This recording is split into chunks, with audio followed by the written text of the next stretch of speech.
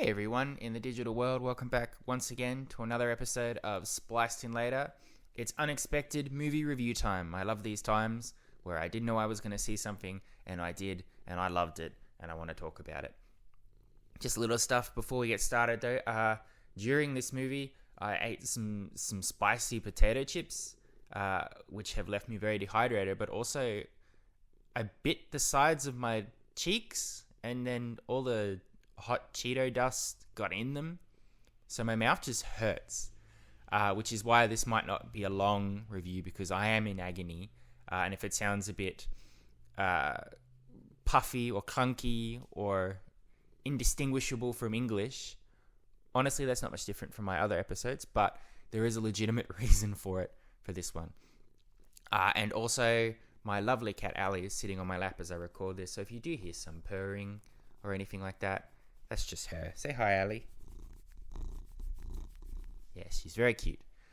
I'm excited to talk about this one today, though, because it's one of those movies that wasn't on my radar, which is probably because it's not a reboot or a remake or a sequel or a spin-off or a continuation of an IP brand of any kind.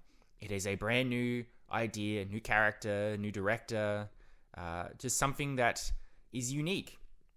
Sure, it's inspired by other things. I'm sure there'll be a lot of people going, oh, it's just this movie but differently. But I'd argue many ideas are inspired by something else, and I think it's very nitpicky to be like, oh, this is just this but different, you know.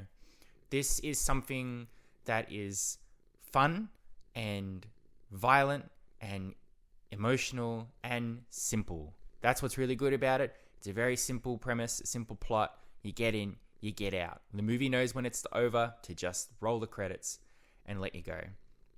And often when I see movies like this that aren't on my radar, it's because my friend has told me about it. So often I'll go and see it having not seen a trailer or anything, which is very exciting because I don't often know what I'm in for. And for examples, movies in the past that have led to really positive reviews on this channel: Everything Everywhere All at Once, Saltburn, The Iron Claw, some really good stuff. So today we are talking about Monkey Man. It is a action revenge style film, written, produced, directed, and starring the wonderful Dev Patel. If you don't know who Dev Patel is, he's a fantastic actor who hit it pretty big in Hollywood in his early career. I know he was in Skins, a British show first, but I think he became worldwide recognition for being in the Best Picture winner Slumdog Millionaire. One of my favorite movies that he's in are the Marigold movies, the Best Exotic Marigold Hotel, the Second Best Exotic Marigold Hotel. And then I think in terms of his career, he's pivoted more towards unique, independent style films. He hasn't jumped onto an IP brand or done the next stunt casting to be in some Marvel, Star Wars, Transformers or something like that. A lot of what he's done is of varying taste, and whether you like him or not is entirely dependent on your personal opinion, your personal taste. I know friends that love Dev Patel movies, and I know friends who hate Dev Patel movies. For me personally, he's generally pretty good. We talked about The Green Knight on this show way back in 2021, a wonderful, weird, abstract Arthurian legend starring Dev Patel as Sir Gawain, which I thought was awesome. I have a friend who thinks it's one of the worst movies in the world. He's also been in stuff like Lion for more generic audience stuff. I believe that's that guy that tracks down his family after being adopted in Australia. Anyway, so for this one, I didn't know it even existed, but it's inspired supposedly from like early kung fu style movies like Enter the Dragon with Bruce Lee, and also those assault movies like The Raid, where it's just non-stop action in a particular location as you fight through hordes and hordes of enemies. Obviously, there's a lot more to it. There's a lot more emotional depth, I think, to the character that we follow. But it also never gets too bloated, I think. It knows exactly what the story is and doesn't worry too much about world building per se. There are other characters in this film, sure, but they come and go at the service of Monkey Man, our protagonist. And I apologize, but if you think I'm just being lazy by calling him Monkey Man instead of his name, it's because we don't really know his name in this movie.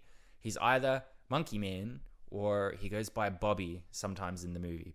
And that Bobby, you know straight away, is just not his real name. It is an alias. It does not tell you what his real name is. Honestly, it's not that important.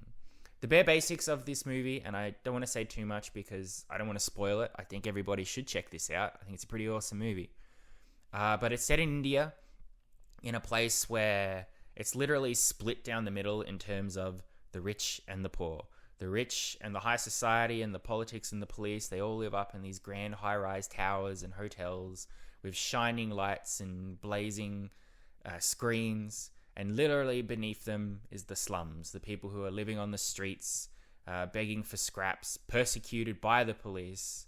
There's a transgender community in here that are just often beaten up just because they're different, which is nuts.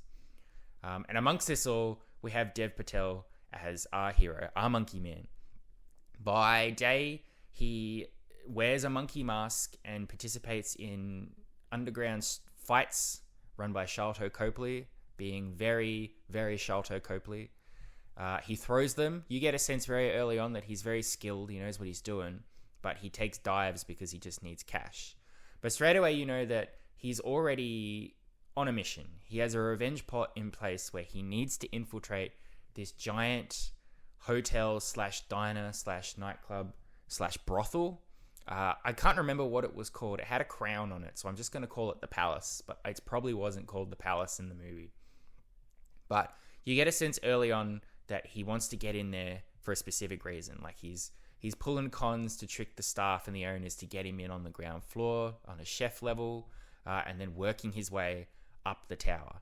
And as the movie goes along, you start to learn a little bit about him. You understand that he is an orphan kid, that he had a wonderful mother who taught him how the world works and all the mysticalness of the land and the gods to worship, specifically a god called, I don't know if it's a god, but a mythical figure called Harunan, which is like a half man, half monkey creature that climbed too high and was made some mistakes and was punished by the gods. Anyway, when he was very young, something very tragic happened to his village, his people, and his mother. Some violence occurred, some death occurred. Obviously, his mother has been killed. I won't tell you how or who or why, but the things that lead to that is a result of corruption within the police force, a very dirty police chief, and a guru-like figure who preaches non-violence and unity on the big TV screens, but is secretly underground, running the whole thing, taking land for his own personal benefit, has a bit of a cult following, and is manipulating politics so that the people that he wants to be in charge will do so. So all these people are all connected to what happened to Monkey Man in the past, and they all pretty much hang out in this palace 24/7. So the movie sort of split up into 3 chunks. The first chunk is him working his way inside, tricking people, making allies, bonding with the staff who are persecutors, particularly a sex worker who is forced to do terrible shit in that place. And you see him slowly enacting a plan to make his way to the top to kill someone. What's great about it is it's not a perfect plan. It reeks of desperation and luck in a lot of places. There are some instances where you feel like, okay, he's been planning this out for a while. Like when he trains a dog to bring a gun inside the building when they do metal detectors outside. But then others are just complete happenstance about how he gets promoted and who he runs into and what opportunities present himself. But straight away through this, there's a lot of mystery around Monkey Man as well. Eventually you know what happened to him and what's going on, but you don't really know what happened to him between the tragedy in his youth and where he is now, because the movie's not really focused on that.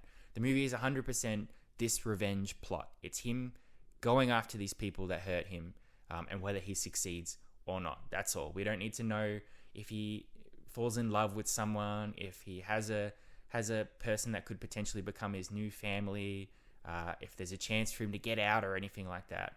Revenge is the only thing on his mind, and that's all you care about as a viewer as well, because you're very invested in seeing him take down these terrible people. When he finally tries to do his hit, goes terribly. It does not go as planned, and then a lot of that first half of the movie is like this one long continuous action scene where he's trying to get out of the palace and then escape, and he's getting shot and beaten and stabbed, and it's violent and it's terrible. Then the middle bit of the movie is him recovering. He links up with the transgender community I mentioned earlier that were persecuted. He finds sort of a safe haven in them where they help him understand what really is what's driving him, what he needs to focus on in regards to his revenge, and what things he needs to let go. A very sort of spiritual awakening. It's during that time where we do get a sense of the world around him, who the police chief is reporting to, how things operate, what they're doing to the poor and the oppressed. In a way, you get your own little sort of montage of him regrouping and retraining and honing his skills, which is pretty awesome because he always had these skills. He's awesome when it comes to fighting and knife kung fu and everything like that. It's more focusing his drive, centering his mind to not get carried away in emotion and intensity. It's established very early on that in certain scenes and places, he can have panic attacks and he has to get out of there. So for what he's trying to do, he needs to really center himself and his mind. All leading to the final big chunk in the movie where he returns, and instead of a sneaky, I'm going to work my way in and get up to the top and kill someone in secret, it's just a full-on Monkey Man stand where, wearing his monkey mask, he comes in and he just fights and stabs and kills wave after wave of people all the way to the top to eventually enact his revenge. Whether he does or not, as soon as that result is over, the movie is over. And honestly, it's a really fun time. The only down thing I have to say about Monkey Man is some of its pacing, I think, is a bit indulgent. I want to be careful saying that because this is Dev Patel's first directing, and I don't want to say that it's like a vanity project, because it's not. I think it's very clearly someone's first directorial attempt on a large scale. And if you're producing and writing and starring and everything, you have full creative control, meaning there's probably not a lot of people saying, this particular scene, you don't need to keep alluding to it over and over again. Once the point has been made, you don't need to go back to it. Honestly, I understood what happened to him as a kid very early on. We kept cutting back to it, little vignettes, if that's the better word for it, which was really good. But then there is a big portion of the movie where you just go back and see exactly what happened, which is fine, but it sort of hits the momentum of the film. The film, for the most part, is an escalating series of tension and step-by-step training and action events, which builds your excitement. But this particular point, with the reminiscing and the remembering, sort of grinds things to a halt for me. I would have preferred a bit more show, don't tell, really. There's been alluded to what's happened. We've worked it out. We don't really need it spelt out for us. And there, of course, are some scenes which feel a little bloated just in terms of what we're focusing on and the imagery. But that's really all I have to say. It's just not really a negative. It's just seeing where Dev Patel as a director can definitely improve going on. But aside from that, it's a really fun movie in terms, like, if you love action, if you love violence, if you love gore, you get all of that. If you like a little bit of comedy, some exaggerated characters, you've got that in Monkey Man's sort of friend and Sharlto Copley as the ring manager.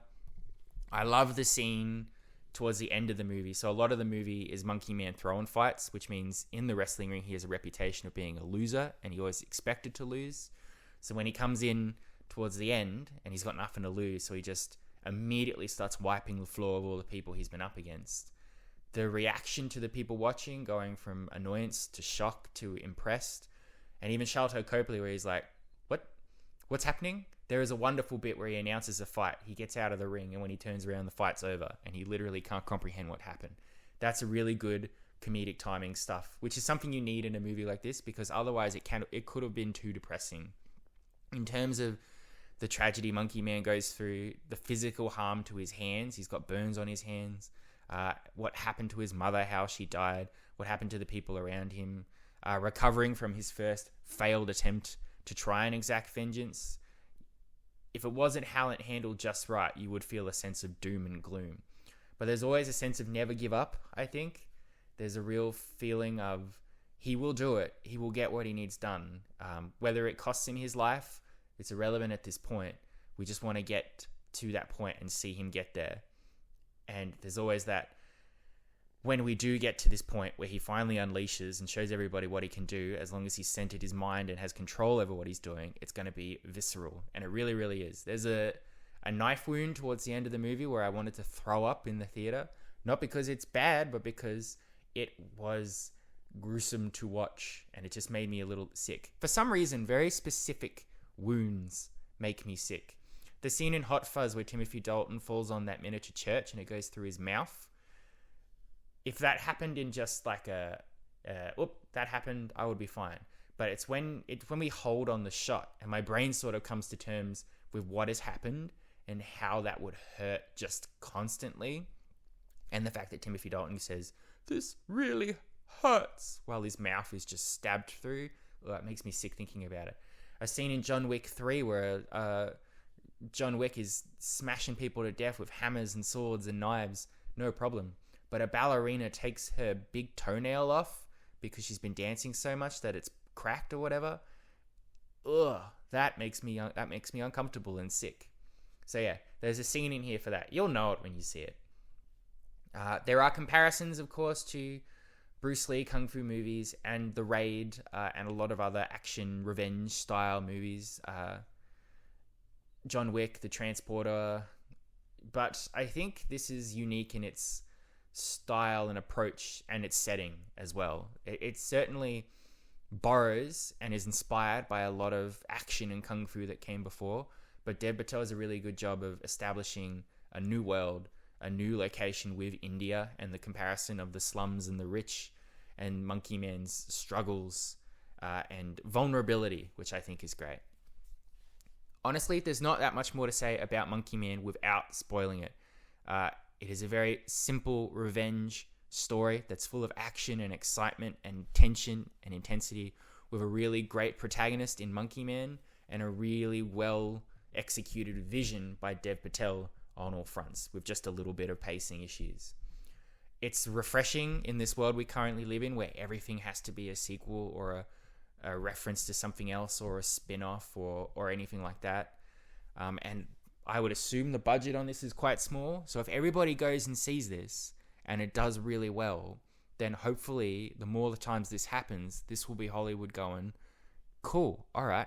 I think it's very famous that in the late 70s, Hollywood kind of is where it is now. Not on the same level money-wise, but they'd expanded to a point where all they wanted to do were big disaster movies or big action extravaganza things where they would sink money in to get the profit. And then after a while, interest in that faded, or there was just so many financial bombings that it kind of snapped in on itself. And that's what gave rise to the 80s in a lot of small, self-contained character dramas, development. Things like Taxi Driver and Dog Day Afternoon.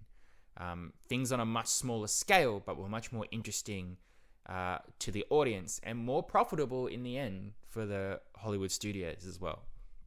So if everybody goes see Monkey Man, if they have a great time, if it makes a lot of money, and if word of mouth spreads that this is awesome, then I think that can only help Hollywood state at the moment. So really, I can't recommend Monkey Man enough. It's something new, it's something different. It doesn't overstay its welcome. It makes you feel all the emotions. It makes you punch the air with excitement when the violence is going down. Dev Patel's great. I'll give it an 8 out of 10 easily. One of the best movies of the year so far. Not that there's been that much competition, but highly recommend it. Go check it out. There, well, thank you very much for listening. I hope you've enjoyed. I've had a very good evening, despite the pain that I feel in my mouth. But that's not Monkey Man's fault.